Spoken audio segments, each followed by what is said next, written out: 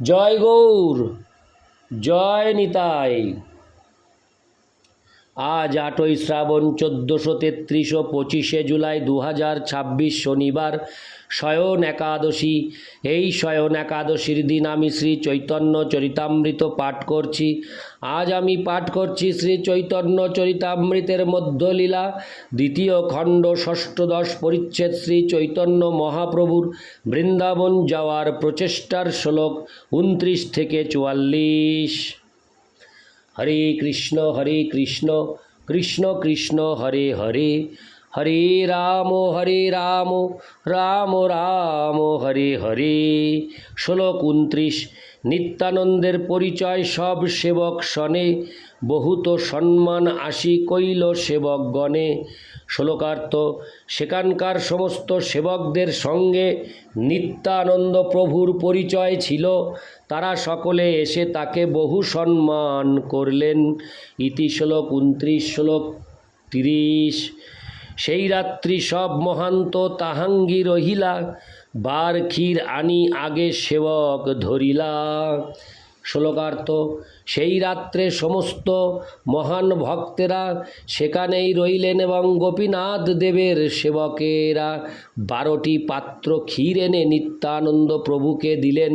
ইতি শ্লোক 30। শ্লোক 31।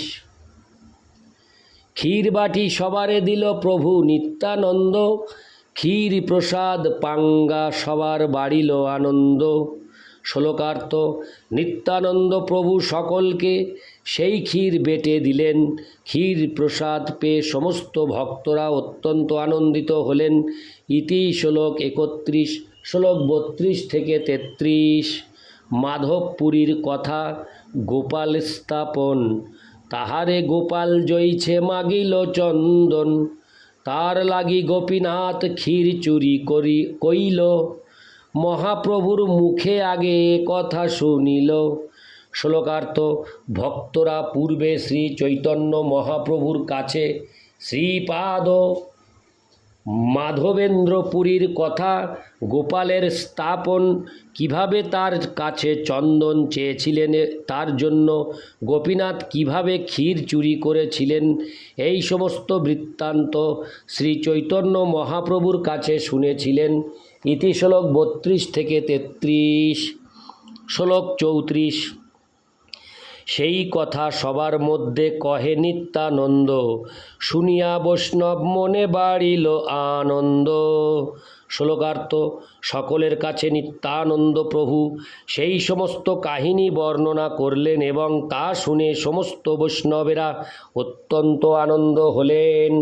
ইতি শ্লোকার্থর পর তাৎপর্য।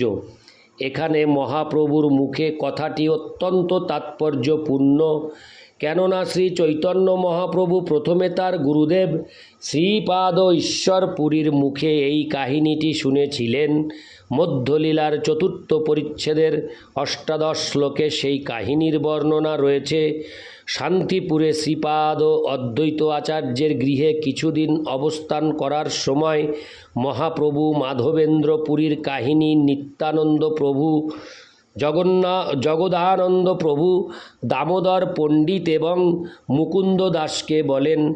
যখন তারা রেমুনায় গোপীনাথজির মন্দিরে গিয়েছিলেন, তখন তিনি মাধবেন্দ্রপুরীর গোপাল বিগ্রহের প্রতিষ্ঠা এবং গোপীনাথের ক্ষীর চুরির কাহিনী বর্ণনা করেছিলেন।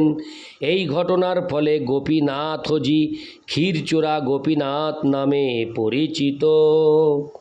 ইতি শ্লোক 34। শ্লোক 35। এই মতো চলি চলি কটক আইলা, সাক্ষী গোপাল দেখি সবে সেদিন রহিলা। শ্লোকার্থ: এইভাবে পায়ে হেঁটে ভক্তেরা কটকে এসে পৌঁছলেন এবং তারপর সাক্ষী গোপাল দর্শন করে তারা সেদিন সেখানেই রইলেন। ইতি শ্লোক 35। শ্লোক 36। সাক্ষী গোপালের কথা কহে নিত্যানন্দ, শুনিয়া বৈষ্ণব মনে বাড়িল আনন্দ। শ্লোকার্থ: নিত্যানন্দ প্রভু সাক্ষী গোপালের কাহিনী বললেন এবং তা শুনে বৈষ্ণবদের মনে মহা আনন্দ হল। তাৎপর্য: সাক্ষী গোপালের কাহিনী মধ্যলীলার পঞ্চম পরিচ্ছেদের 8 থেকে 138 শ্লোকে বর্ণিত হয়েছে। ইতি শ্লোক 36। শ্লোক 37। প্রভুকে মিলিতে সবার উৎকণ্ঠা অন্তরে, শীঘ্র করি আইলা সবে শ্রী নীলাচলে। শ্লোকার্থ: শ্রী চৈতন্য মহাপ্রভুর সঙ্গে মিলিত হবার জন্য তারা সকলে অন্তরে অত্যন্ত উৎকণ্ঠিত হয়েছিলেন।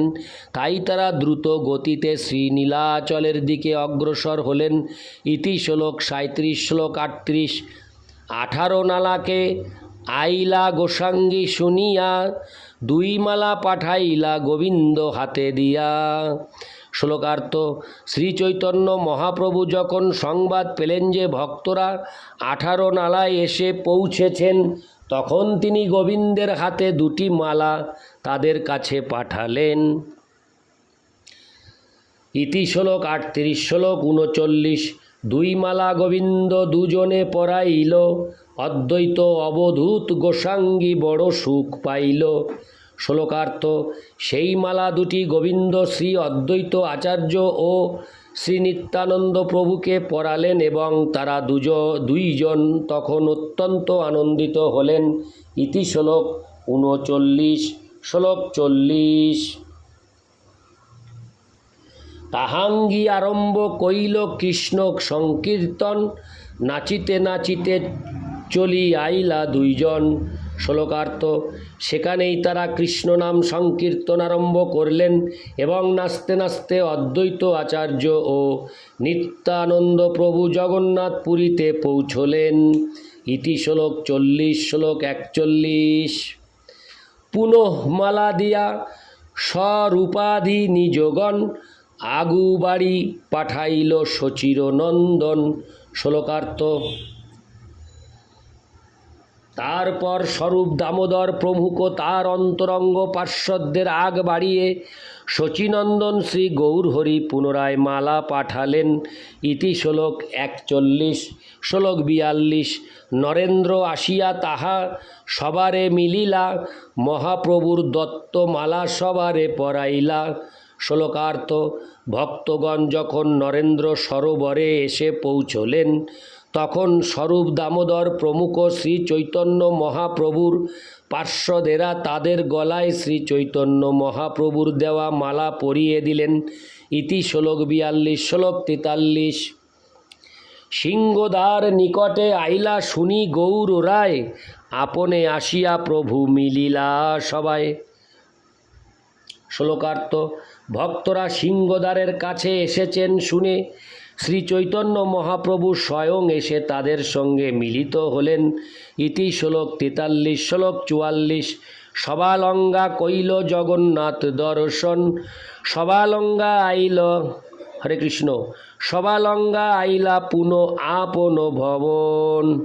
শ্লোকার্থ: তাদের সকলকে নিয়ে শ্রী চৈতন্য মহাপ্রভু শ্রী জগন্নাথ দেবকে দর্শন করলেন এবং তারপর তাদের নিয়ে তিনি তার বাসস্থানে এলেন।